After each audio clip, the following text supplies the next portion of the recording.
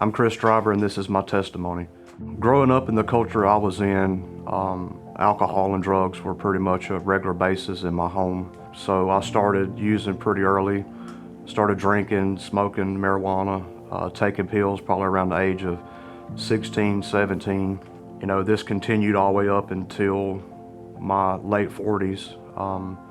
I never felt like that I had a problem, because I was married, I was raising my kids, worked every day, paid my bills.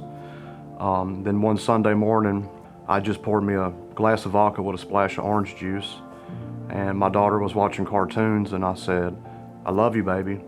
And she's kind of shrugged and said, "I love you too, Dad." And I said, "Well, why did you say it like that?" And she said, "Oh, no, no reason." And I said, "No, tell me, because I want my kids to be able to tell me anything."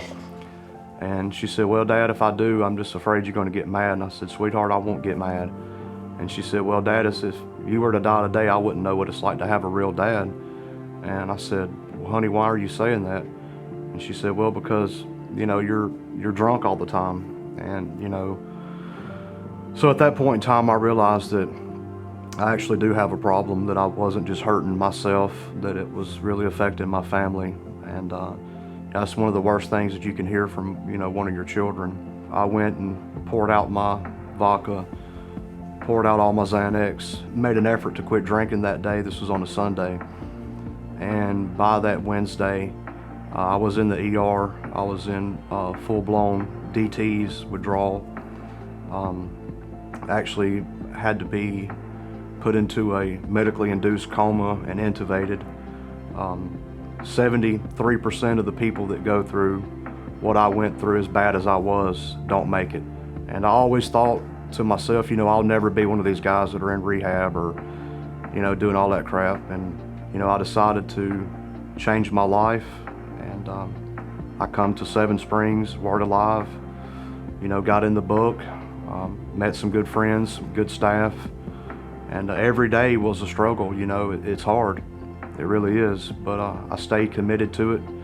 And, now I have my family back, respect for my children, my wife.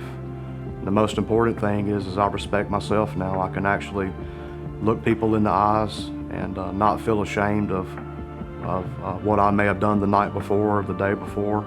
For what little bit we give to be here, I promise you that they give so much more. I mean, you can't put a price on what this place has done for me and for my family and for my life.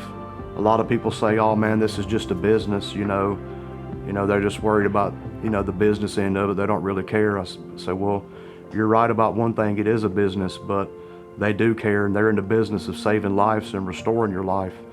And if you'll just sit back and let this program work for you, it'll happen. Since I've been here, I've had court cases dismissed because of my progress in the rehab. I'm about to graduate, and I get to go home a free man to my family and the man that they always knew that I could be. If you're out there struggling with drugs, alcohol, whatever your DOC is, don't feel like you're less of a person or a man or woman, to ask for help. It's okay. I know that's hard to do sometimes, but I promise you it's worth every bit of it.